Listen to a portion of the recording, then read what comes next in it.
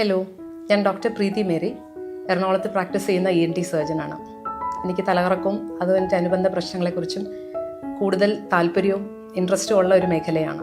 ഞാൻ സാധാരണയായിട്ട് രോഗികൾ എന്നോട് വന്ന് പറയുന്ന ഒരു കാര്യമുണ്ട്, ഡോക്ടർ എനിക്ക് ഇയർ ബാലൻസിൻ്റെ പ്രോബ്ലമാണ്, അല്ലെങ്കിൽ നമ്മൾ സാധാരണയായിട്ട് കേൾക്കുന്നതാണ് ഇയർ ബാലൻസിൻ്റെ പ്രശ്നങ്ങളാണ്.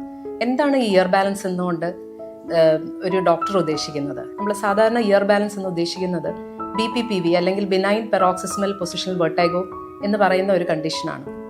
ഇതിൻ്റെ പ്രധാന ലക്ഷണങ്ങൾ എന്താണെന്ന് വെച്ച് കഴിഞ്ഞാൽ, നമ്മൾ രാവിലെ എഴുന്നേൽക്കുമ്പോൾ അല്ലെങ്കിൽ കട്ടിലോട്ട് കിടക്കുമ്പോൾ അങ്ങോട്ടും ഇങ്ങോട്ടും ചെരിഞ്ഞ് കിടന്നാൽ, അല്ലെങ്കിൽ കുമ്പിടുമ്പോൾ, അല്ലെങ്കിൽ മുകളിലേക്ക് നോക്കുമ്പോൾ ഈ പമ്പരം കറങ്ങുന്ന പോലെ എടുത്തടിച്ച് കറങ്ങുക. ഇത് പക്ഷേ ഏതാനും സെക്കൻഡുകളോ മിനിറ്റുകളോ മാത്രമേ നിൽക്കുകയുള്ളൂ. പക്ഷെ അതിൻ്റെ കൂട്ടത്തിൽ നമുക്ക് ഛർദ്ദിക്കാൻ വരിക, വേർക്കുക, ഇപ്പം നെഞ്ചിടിക്കുന്ന പോലെ തോന്നുക, ചിലർക്ക് അറിയാതെ യൂറിൻ പാസ് ചെയ്യുകയോ ഒക്കെ വരാറുണ്ട്. ഇതിൻ്റെ കൂട്ടത്തിൽ ഒരു ചെറിയ ഹാർട്ട് അറ്റാക്ക് വരുന്ന പോലത്തെ എല്ലാ ലക്ഷണങ്ങളും നമുക്കൊരു തലകറക്കം വരുമ്പോൾ തോന്നാം. ആദ്യമായിട്ട് ഒരു പക്ഷേ ഇത് വരുമ്പോൾ നമ്മൾ ഭയന്നു പോവുകയും ചെയ്യാം. എന്താണ് സംഭവിക്കുന്നത്, ഈ ലോകം മുഴുവൻ ചുറ്റിക്കറങ്ങുന്ന പോലെ തോന്നുക. പക്ഷേ ഇതിൻ്റെ പേര് സൂചിപ്പിക്കുന്ന പോലെ ബിനൈൻ ആണ്, അതായത് വലിയൊരു പ്രശ്നക്കാരനല്ല. നമ്മൾ കുറച്ചൊന്ന് ശ്രദ്ധിച്ചാൽ മതി. ഇത് പലപ്പോഴും നമുക്ക് ഉണ്ടാക്കുന്ന ഈ ഒരു അസുഖം കൊണ്ട് നമുക്ക് പ്രത്യേകിച്ച് കുഴപ്പങ്ങളൊന്നും വരാനില്ല. പക്ഷെ ഇത് വന്ന് നമ്മൾ വീഴ്ചകളോ തട്ടുമുട്ടോ ഒക്കെ ചെയ്താൽ മാത്രമേ അതുകൊണ്ടുള്ള പ്രശ്നങ്ങൾ വരുന്നു.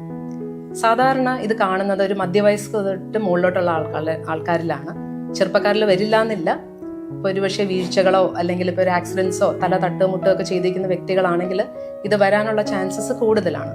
ഒപ്പം നമുക്ക് ഒരു മെനോപോസ് ഒക്കെ വരുന്ന സമയത്ത്, പ്രായത്തിൻ്റെതായിട്ടുള്ള വ്യത്യാസങ്ങൾ സ്ത്രീകളിലൊക്കെ ഈ ഹോർമോണൽ വേരിയേഷൻസ് ഒക്കെ വരുന്ന സമയത്ത് ഈ ഇയർ ബാലൻസ് പ്രോബ്ലം വരാനുള്ള സാധ്യതകൾ കൂടുതലാണ്. അപ്പം ഇതിൻ്റെ ലക്ഷണങ്ങൾ ഇതൊക്കെയാണ്. പിന്നെ ഇതിൻ്റെ ചികിത്സാ രീതികൾ, ഇത് നമുക്ക് വരാതിരിക്കാൻ എന്ത് ചെയ്യാൻ പറ്റും എന്നതിനെക്കുറിച്ച് നമുക്ക് വേറൊരു വീഡിയോയിൽ ഞാൻ പറയാം. ഇതിനെക്കുറിച്ച് നിങ്ങൾക്ക് എന്തെങ്കിലും സംശയങ്ങളോ കമൻറ്റുകളോ എന്തെങ്കിലും ഉണ്ടെങ്കിൽ ഷെയർ ചെയ്തോളൂ. നന്ദി.